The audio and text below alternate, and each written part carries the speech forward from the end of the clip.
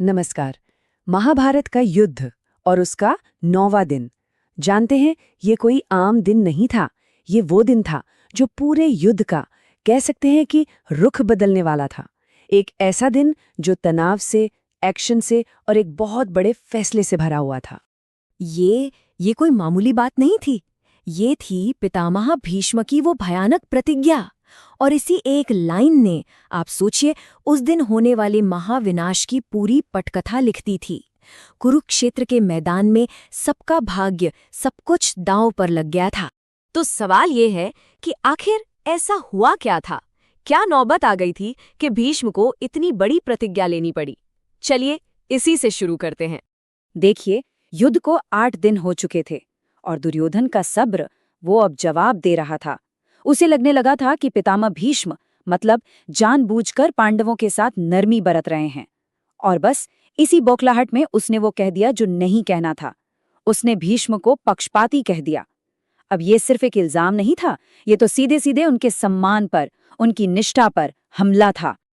और बस ये सुनते ही भीष्म का गुस्सा भड़क उठा। अपमान की इस आग ने उनके सब्र का बांध ही तोड़ दिया। और उनकी वो भयानक प्रतिज्ञा, वो कुछ और नहीं, इसी अपमान का एक सीधा सीधा जवाब थी। एक ऐसी घोषणा जिसने पांडवों के खेमे में सचमुच खलबली मचा दी थी। अब कहानी में एक और बहुत ही दिलचस्प मोड़ आता है। ये वो हिस्सा है जहां तनाव तो बढ़ता ही है, लेकिन साथ ही साथ हमें भगवान कृष्ण की जबरदस्त रणनीति की एक झलक भी मिलती है। तो हुआ ये कि भीष्म ने 5 पांडवों के लिए 5 सोने के बाण तैयार किए, मतलब हर भाई के लिए एक। लेकिन दुर्योधन को, देखिए, अपने पितामह पर भी शक था। उसे लगा कहीं वो नरम ना पड़ जाएं, तो उसने वो बाण लेकर अपनी हिफाजत में रख लिए। और बस यहीं पर कृष्ण ने अपना दांव चला। उन्होंने अर्जुन को एक पुराना वरदान याद दिलाया, एक ऐसा वादा जो खुद दुर्योधन ने ही अर्जुन से किया था। अर्जुन ने उसी वरदान का इस्तेमाल किया और दुर्योधन से वो 5 बाण मांग लिए। अब दुर्योधन मना भी नहीं कर सकता था। तो एक तरह से खतरा तो टल गया, पर इसने एक और बड़ी मुसीबत को जन्म दे दिया। अब जरा भीष्म के बारे में सोचिए। उनके हथियार, जिन पर उन्होंने वचन लिया था, वो तो चले गए। इससे उनका गुस्सा शांत नहीं हुआ, बल्कि और भी कई गुना बढ़ गया। अब ये लड़ाई सिर्फ एक योद्धा के कर्तव्य की नहीं रह गई थी। नहीं, अब ये उनके सम्मान की, उनके टूटे हुए वचन की लड़ाई बन चुकी थी। तो अब चलते हैं सीधा कुरुक्षेत्र के मैदान में, उस 9वें दिन जब पितामह भीष्म का वो विनाशकारी रूप सामने आने वाला था। एक ऐसा रूप जिसे रोकने की हिम्मत शायद ही किसी में थी। और 9वें दिन भीष्म सच में एक तूफान की तरह बरसे। उन्होंने अपने बाणों से ऐसा कहर मचाया कि पांडवों की सेना में हाहाकार मच गया। सैनिक ऐसे गिर रहे थे जैसे पत्ते झड़ते हैं। सात्यकी, भीम, अभिमन्यु, बड़े बड़े महारथी, सबने मिलकर कोशिश की, पर कोई भी उनके सामने टिक नहीं पा रहा था। हालत इतनी ज्यादा खराब हो गई थी कि लग रहा था बस आज पांडवों की हार तय है। तो सवाल ये उठता है कि पांडव आखिर हार क्यों रहे थे? अर्जुन जैसा योद्धा भी कुछ क्यों नहीं कर पा रहा था?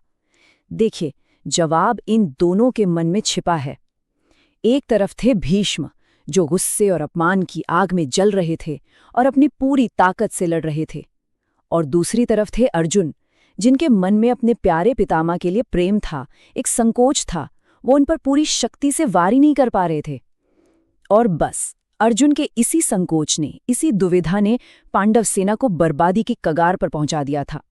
और अब हम पहुंचते हैं कहानी के उस सबसे बड़े क्लाइमैक्स पर, एक ऐसा पल जब एक दिव्य शक्ति को, हाँ, भगवान को भी अपना ही वचन तोड़ने के लिए मजबूर होना पड़ा। सोचिए जरा, जब आपका सबसे बड़ा योद्धा ही हिम्मत हार रहा हो, जब पूरी सेना का हौसला पस्त हो चुका हो, तो ऐसी हालत में उम्मीद कहाँ से आएगी? कौन बचाएगा पांडवों को? यहाँ एक बात याद रखना बहुत जरूरी है। युद्ध शुरू होने से पहले ही कृष्ण ने एक वचन लिया था, एक बहुत बड़ी प्रतिज्ञा, कि वो इस युद्ध में सारथी तो बनेंगे, रास्ता दिखाएंगे, पर शस्त्र नहीं उठाएंगे। ये उनका अटल फैसला था। लेकिन एक वचन टूटने वाला था, क्योंकि कभी-कभी धर्म की रक्षा के लिए वचन से भी बड़ा फर्ज निभाना पड़ता है। और वो पल अब आ चुका था। और फिर वो हुआ जिसकी किसी ने सपने में भी कल्पना नहीं की थी। अर्जुन की ये हालत और अपनी सेना का विनाश देखकर भगवान कृष्ण का सब्र का बांध टूट गया। वो गुस्से में रथ से नीचे कूदे और पास पड़ा एक रथ का टूटा हुआ पहिया उसी को अपना सुदर्शन चक्र बनाकर भीष्म की तरफ दौड़ पड़े। उन्होंने अपनी ही प्रतिज्ञा तोड़ दी थी। और जैसे ही भीष्म ने कृष्ण को इस रूप में अपनी ओर आते देखा, उन्होंने अपने हथियार नीचे फेंक दिए। उनके चेहरे पर डर नहीं बल्कि एक शांति थी। क्यों? क्योंकि उनके लिए तो स्वयं भगवान के हाथों मरना मोक्ष पाने जैसा था। ये सब देखकर अर्जुन दौड़े, कृष्ण के पैरों में गिर पड़े और उन्हें रोका और वादा किया कि अब वो बिना किसी संकोच के अपनी पूरी शक्ति से लड़ेंगे। तो दिन खत्म हुआ, लड़ाई रुक गई। लेकिन पांडवों के मन में अब एक बहुत बड़ा सवाल था। एक ऐसा सवाल जिस पर पूरे युद्ध का नतीजा टिका हुआ था।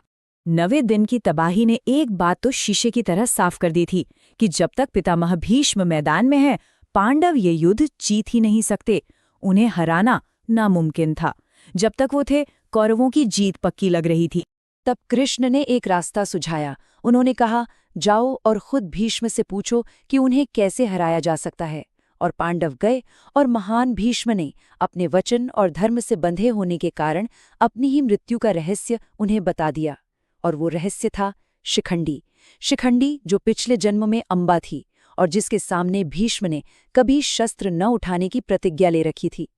और यहीं पर आकर ये कहानी एक बहुत बड़े धर्म संकट पर खत्म होती है। जरा सोचिए, क्या ये सही है? क्या ये धर्म है कि आप एक ऐसे महान योद्धा को हराने के लिए एक ऐसी तरकीब अपनाएं जो उसने खुद आपको बताई हो? यही वो मुश्किल सवाल था। यही वो दुविधा थी जिसका सामना पांडवों को अब 10वें दिन करना था।